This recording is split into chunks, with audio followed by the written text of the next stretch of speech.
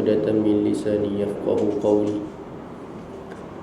اللهم صل وسلم على سيدنا محمد في الأولين، وصل وسلم على سيدنا محمد في الآخرين، وصل وسلم على سيدنا محمد في الملأ الأعلى إلى يوم الدين.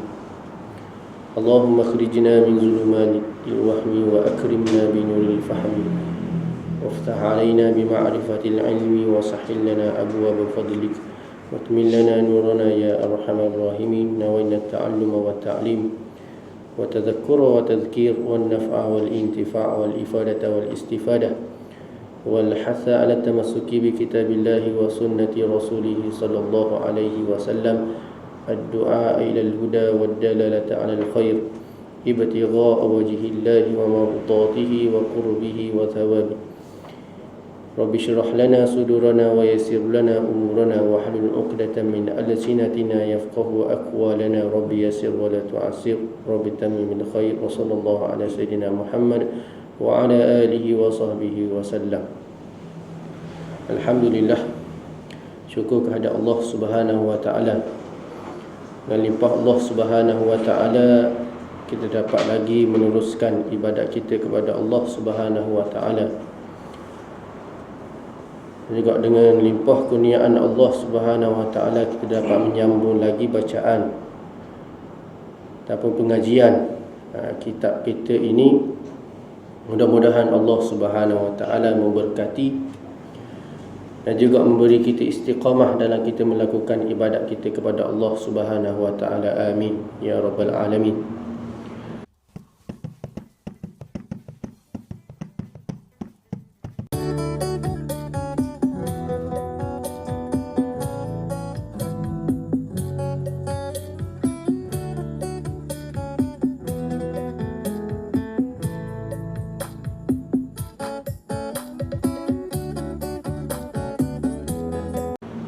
Muslimin dan muslimat yang dirahmati oleh Allah sekalian.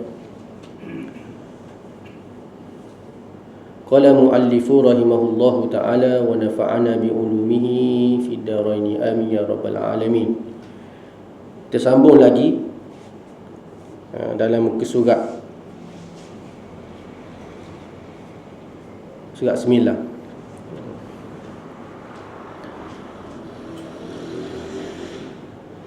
Iaitu lepas pada sabdaan Nabi sallallahu alaihi wasallam, fa fiha yahsulu lahul khalwatu ma'ahu wal infiradu bihi wal majalasatu lahu wal mujalasatu lahu wal inqita'u ilaihi wa fiha turfa'u an qulubihim al-hujub wal astar wa tujla fiha haqa'iqul asrari ataupun wa tajalla ataupun wa tujla. Dalam kitab tu wa tujla ataupun perkataan yang sama seerti wa tajalla. Wa tashruku fiha al-anwaru wa fiha takunul munajatu wal musafatu wa hiya silatun bainal abdi wa baina rabbih azza wa jalla. Iaitu maksud dia, di dalam sembahyang itu dia dapat bersunyian bersama Tuhannya.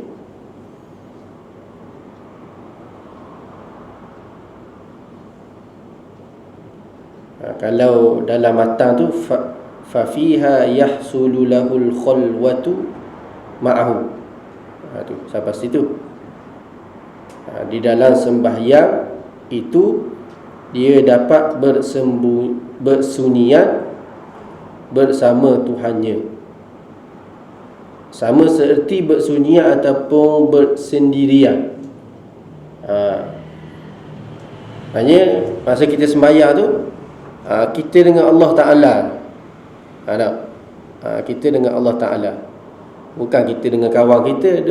Maknanya sembahyang tu bukan kita cakap dengan kawan kita. Tak. Maknanya bukan sembahyang ni macam main ikat kaki sebelah. Lari tu. Kita dengan Allah Ta'ala. Maknanya kita bersunyian ataupun bersendirian dengan Allah Ta'ala dalam sembahyang. Kana Rasulullah sallallahu alaihi wasallam yatakhalla fi gharil Hira. Nabi sallallahu alaihi wasallam bersunyian, bersendirian, berkhalwah di gua Hira. Di gua Hira. Pertolongan daripada malaikat Jibril untuk Nabi sallallahu alaihi wasallam bertemu dengan Allah Subhanahu wa taala di gua Hira, iaitu tempat yang tak zahirlah ada orang. Tak ada orang lain. Tak ada orang lain. Kita dengan Allah Ta'ala sahaja. Kita bersunyian, kita bersendirian. Itu dalam sembahyang. Kalau contoh lain, kalau kita rumah kita ada, contohnya ada bilik kosong untuk khusus kita, untuk kita beribadat dalam tu. Buat ibadat dalam tu. Boleh kalau dia dalam rumah kita tu kita sedia bilik kecil untuk kita, kalau kita nak ibadat, kita ibadat dalam tu. Kalau kita ibadat luar, ada pula cucu ramah, tak jadi ibadat. Mai khabar atas belakang kita. Panggil nak aiskrim, beli aiskrim. Macam-macam. Suruh masak lah. Tuk tak pandai masak. Tuk tak pandai masak. Beli boleh lah. Cucu nak. Tu kalau ibadat luar, kalau dengan cucu tak jadi ibadat. Jadi kita nak bersunyian, nak bersendirian dengan Allah Ta'ala. Sama juga tempat yang tak zahir ada orang bagi kita, selepas pada kita takbiratul ihram. Pada kita takbiratul ihram tu ada dah, nak kita nak buat benda lain. Hanya kita dengan Allah Ta'ala. Hanya kita dengan Allah Ta'ala sahaja. Itu maksud di situ.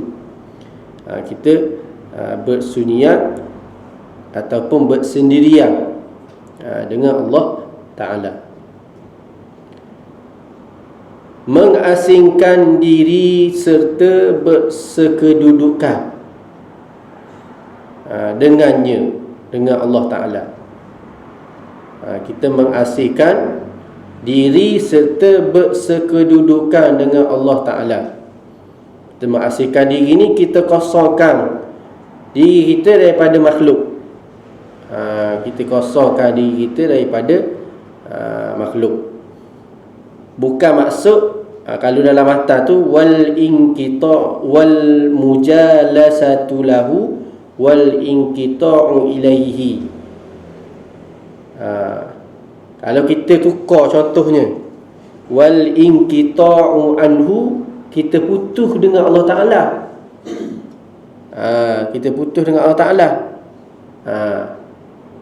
Itu beza dia. Kalau wal inqita'u ilaihi, kita kosongkan, kita putus dengan makhluk Allah Ta'ala. Kita putus masa dalam semayang tu lah. Bukan luar semayang kena silaturahim. Kena sambung silaturahim. Ini kita dengan Allah Ta'ala. Mana kita kosongkan daripada makhluk.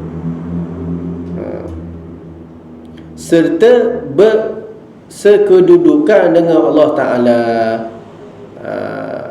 Bukan maksud berkesedudukan ni Allah di tepi kita, tak. Laisa kamislihi syai'un. Allah tidak serupa dengan kita. Tidak serupa dengan kita. Itu maksud dia situ, mengasingkan diri serta bersekedudukan dengan Allah Ta'ala. Maksudnya kita sembahyang, Allah lihat kita. Allah lihat kita. Dan memutuskan diri kepadanya, kepada Allah Ta'ala, dan memutuskan diri kepada Allah Ta'ala.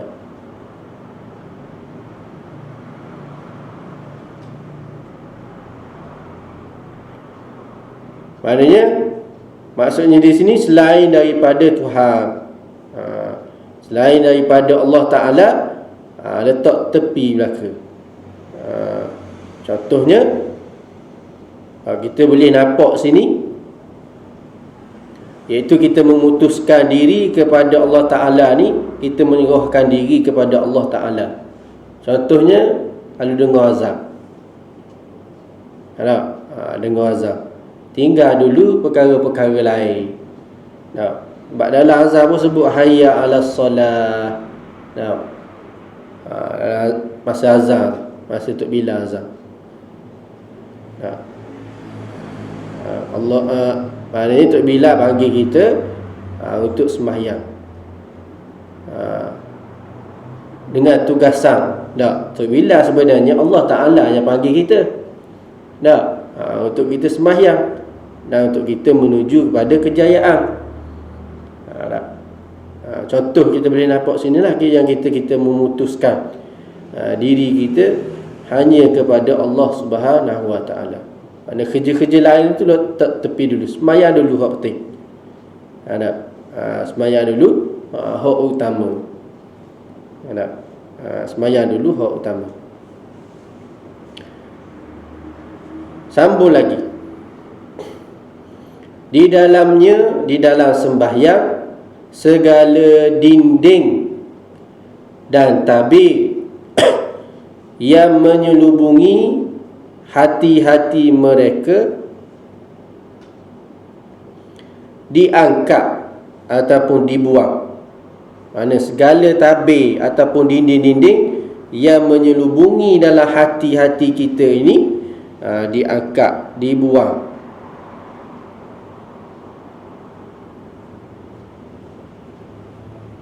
Diangkat, dibuang.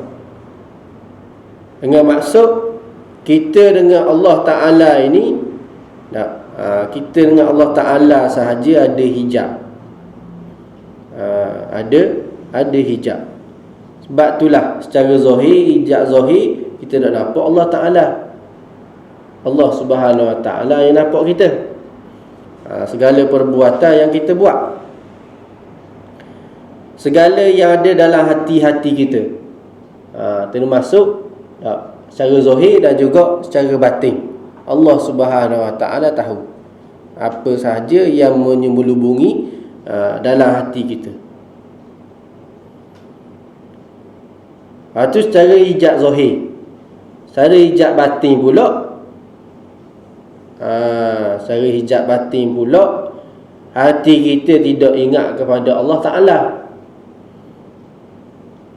Itu secara hijab batin. Tapi Allah Subhanahu Wa Ta'ala tahu apa yang ada dalam hati kita. Hati kita pula dah ingat kepada Allah Ta'ala. Secara hakikat, manusia ini adalah hamba Allah Subhanahu Wa Ta'ala. Allah Subhanahu Wa Ta'ala adalah pencipta. Adalah pencipta. Maka apabila dia tahu secara hakikat manusia ini adalah hamba Allah Subhanahu Wa Ta'ala dan Allah Subhanahu Wa Ta'ala pencipta, maka dia akan gemarlah. Dia akan suka, dia akan lebihkan perkara akhirat. Dia akan lebihkan perkara akhirat daripada dunia. Dia akan lebih belah daripada akhirat. Bukan tinggal terus perkara dunia dah. Perkara dunia ni adalah jambatan untuk kita untuk akhirat selama-lamanya. Bekal kita lah. Bekal kita sebanyak-banyaknya untuk kita tuaikan, untuk kita curahkan di akhirat nanti.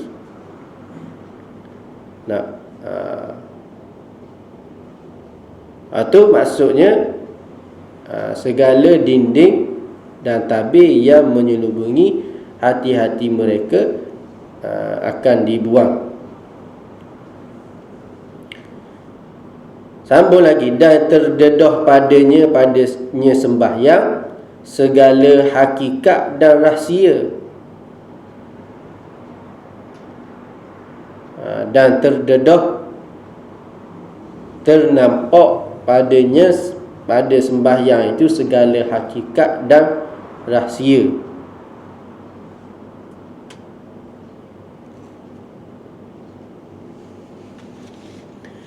Iaitu dengan maksud Allah Subhanahu Wa Taala akan buka rahsia hakikat kehambaan dan juga ketuhanan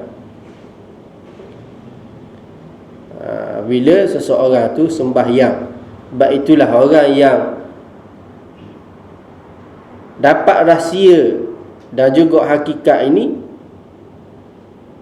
ia adalah orang yang cerdik. Ia adalah orang yang cerdik. Dan orang yang cerdik ini diterang oleh Nabi SAW. Al-kayyisu man dana nafsahu wa amila lima ba'dal mauti. Orang yang cerdik ini dia akan muhasabah diri dia ketika dia berada dunia lagi, dan dia akan beramal selepas pada dia mati.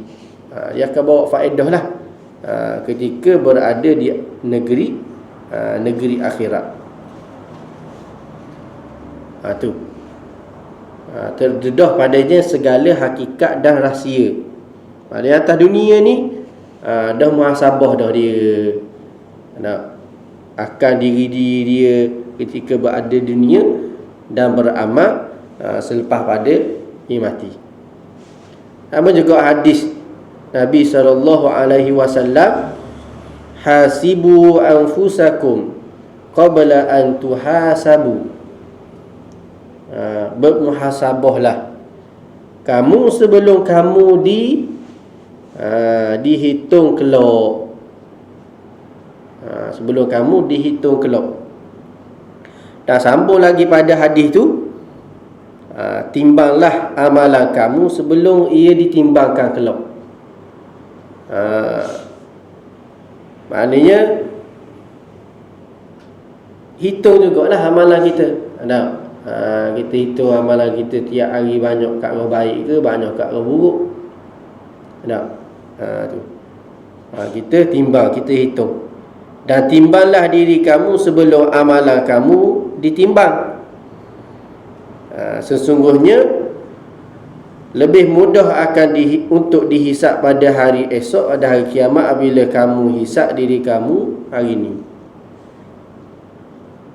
Sesungguhnya lebih mudah, lebih baik untuk hisap pada hari esok apabila kamu dihisap, hisap diri kamu pada hari ini. Hiasilah amalan kamu hari pembentangan yang terbesar.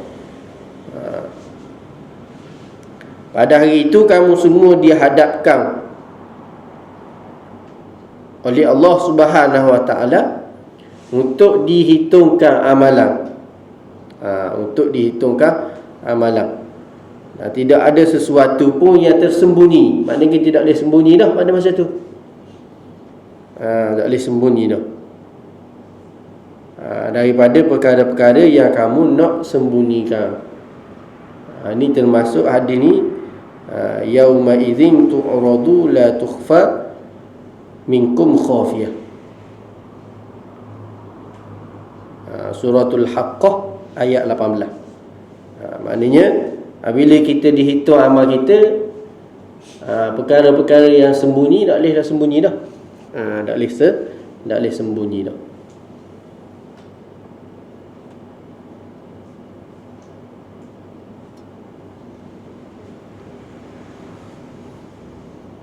Maknanya orang yang cerdik ni orang yang bermuhasabah.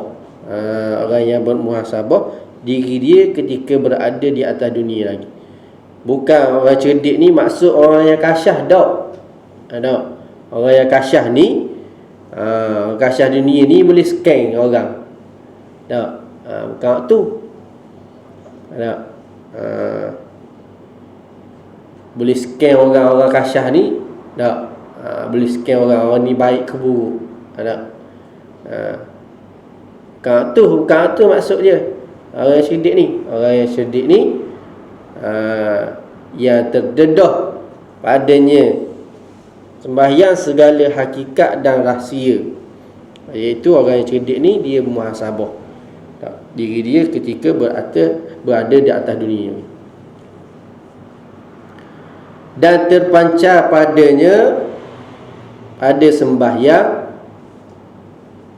ataupun terang pada sembahyangnya pelbagai cahaya.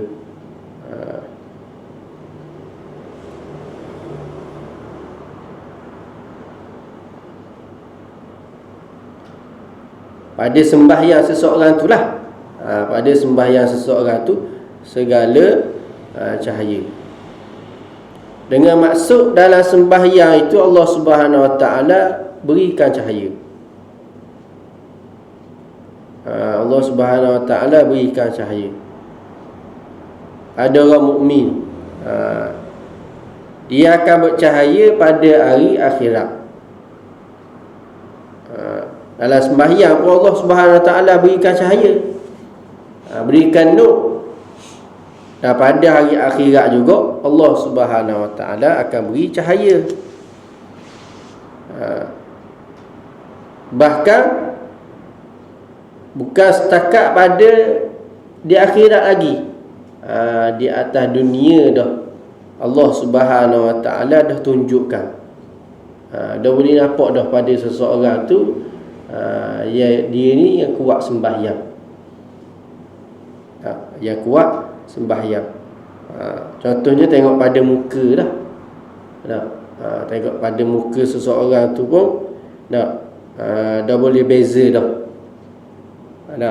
Orang ni kuat sembahyang ke tak sembahyang, ataupun sembahyang biasa-biasa.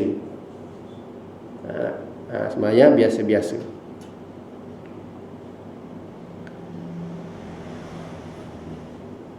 Itu adalah tanda Allah Subhanahu Wa Taala ketika berada atas dunia. Allah dah tunjuk dah. Orang ni sama ada orang yang sembahyang ataupun orang ni yang tidak sembahyang.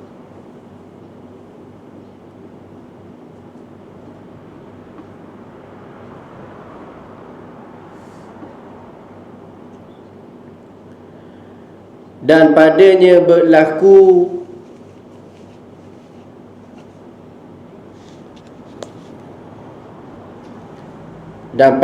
berlaku munajat hamba dengan Tuhannya serta jernih hati dan jelas rahsianya. Dan sembahyang ni berlaku munajat hamba dengan Tuhannya,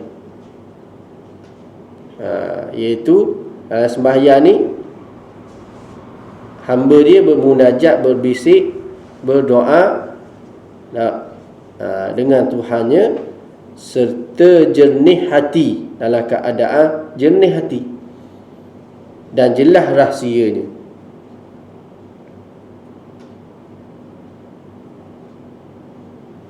Iaitu dalam sembahyang ni ketika bermunajat, kita berbisik dengan Allah Subhanahu Wa Taala, kita mohon pada Allah Taala, kita minta pada Allah Taala dengan rendah hati, dengan rendah hati. Dan masa tu kita kenal Allah Subhanahu Wa Taala pada ketika kita senang, dan juga pada ketika kita susah. Bila kita mohon kepada Allah Subhanahu Wa Taala, iaitu hadis Nabi sallallahu alaihi wasallam, ta'arraf ila Allah fi ar-rakha ya'rifka fi syiddah. Kita kenal Allah Subhanahu Wa Taala, kamu kenal Allah Subhanahu Wa Taala ketika kamu senang, Allah Subhanahu Wa Taala akan kenal kamu ketika kamu susah. Kita mohon kepada Allah Subhanahu Wa Taala ketika kita senang, kita mohon kepada Allah Subhanahu Wa Taala ketika kita susah. Susah lagilah, tak? Tapi kita berbeza, tak? Bila kita senang, bila kita tak sakit, tak? Amalan ibadat silang sekelup, tak? Doa pun sekali-sekala. Bila sakit, susah, tak? Doa hari-hari kat tangan, tak? Ni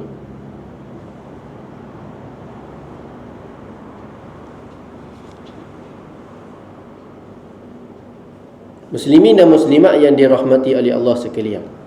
Sebab itulah dia sebut, dan padanya, pada sembahyang itu berlaku munajat hamba dengan Tuhannya serta jernih hati dan jelas rahsia.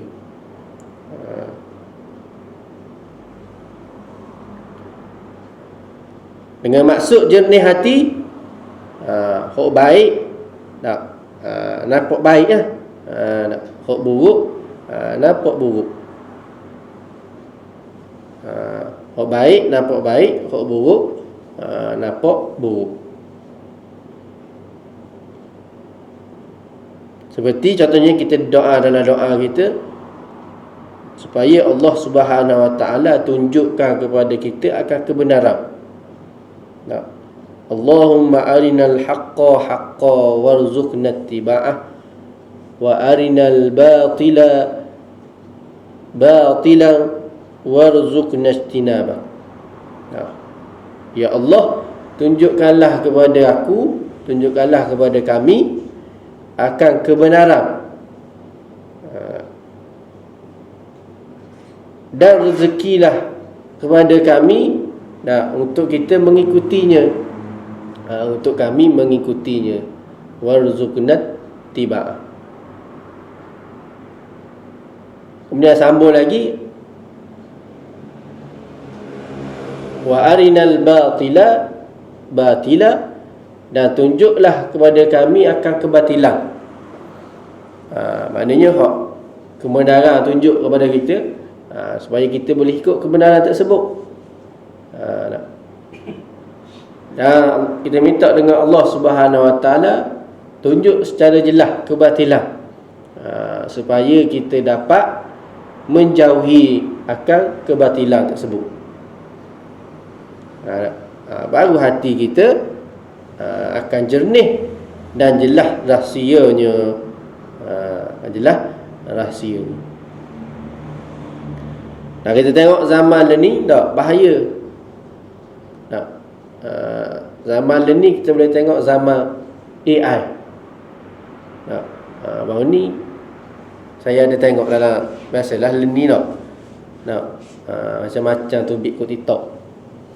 Tak, media sosial. Zaman AI sekarang ni, orang buat robot. Tak, orang buat robot, dan orang tu ajar robot tu supaya baca Fatihah, baca suratul Fatihah. Robot tu baca lah, baca salah pula, tinggal huruf. Tinggal huruf, tinggal huruf dalam suratul Fatihah tersebut. Tengok zaman ni bahaya. Zaman ni bahaya. Siapa ke robot nak suruh hajar orang? Tak. zaman lah ni. Bahaya tak bahaya? Bila zaman teknologi AI ni, kalau kita salah guna, akan merosakkan lah. Zaman-zaman seterusnya, zaman-zaman anak kita seterusnya ni, cucu-cucu kita. Saya tak ada cucu lagi. Ada cucu lagi. Tapi bahaya lah. Bahaya. Sampai setara tu kan, salah guna.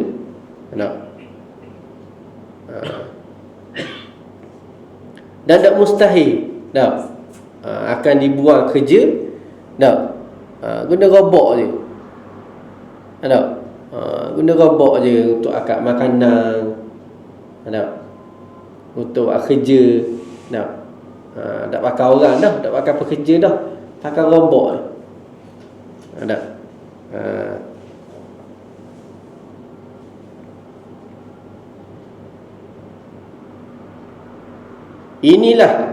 Ini adalah hubungan antara hamba dengan Tuhannya Azza wa Jalla. Ini adalah penyambung antara hamba dengan Tuhannya Azza wa Jalla. Tadilah awak sebut tadi, kita bersendirian dengan Allah Ta'ala, kita mengasingkan diri serta bersekedudukan dengan Allah Ta'ala, kosongkan daripada makhluk. Kita memutuskan diri kita hanya kepada Allah Subhanahu Wa Ta'ala. Tinggal segala kerja-kerja kita utamakan hak Tuhan dulu.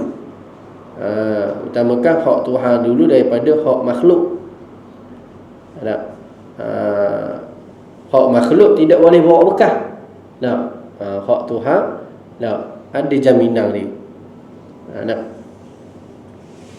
Itu semualah yang disebut berkenaan dengan ini adalah hubungan antara hamba dengan Tuhannya Azza wa Jalla, untuk kita menghubungkan diri kita dengan Allah Subhanahu wa Ta'ala. Itu disebut berkenaan dengan matan yang sambungan daripada awal lah, yang mana kita bahaskan dah berkenaan dengan cara sembahyang, rupa sembahyang. Lepas pada ni pula ada iaitu kelebihan sembahyang. Kelebihan sembahyang, iaitu Al-Hakim Muhammad bin Ali At-Tirmizi radhiyallahu anhu menyebut bahawa sembahyang itu tiang agama. Ia merupakan kefarduan yang pertama ke atas sekalian umat Islam supaya bersembahyang. Sesungguhnya sembahyang itu adalah Allah menghadap sekalian hamba-Nya, supaya sekalian hamba itu menghadap kepadanya, kepada Allah Ta'ala, dalam rupa kehambaan dengan keadaan merendah diri, iaitu tazallul, tazallulan, menyerah diri, serah diri dengan ikhlas, iaitu tasliman kepada Tuhannya, menghina diri, iaitu tabazzulan, dengan khusyuk, takhusyuan, khudu' rendah hati, takhaddu'an, gemar suka, iaitu taraghuban, dan rindu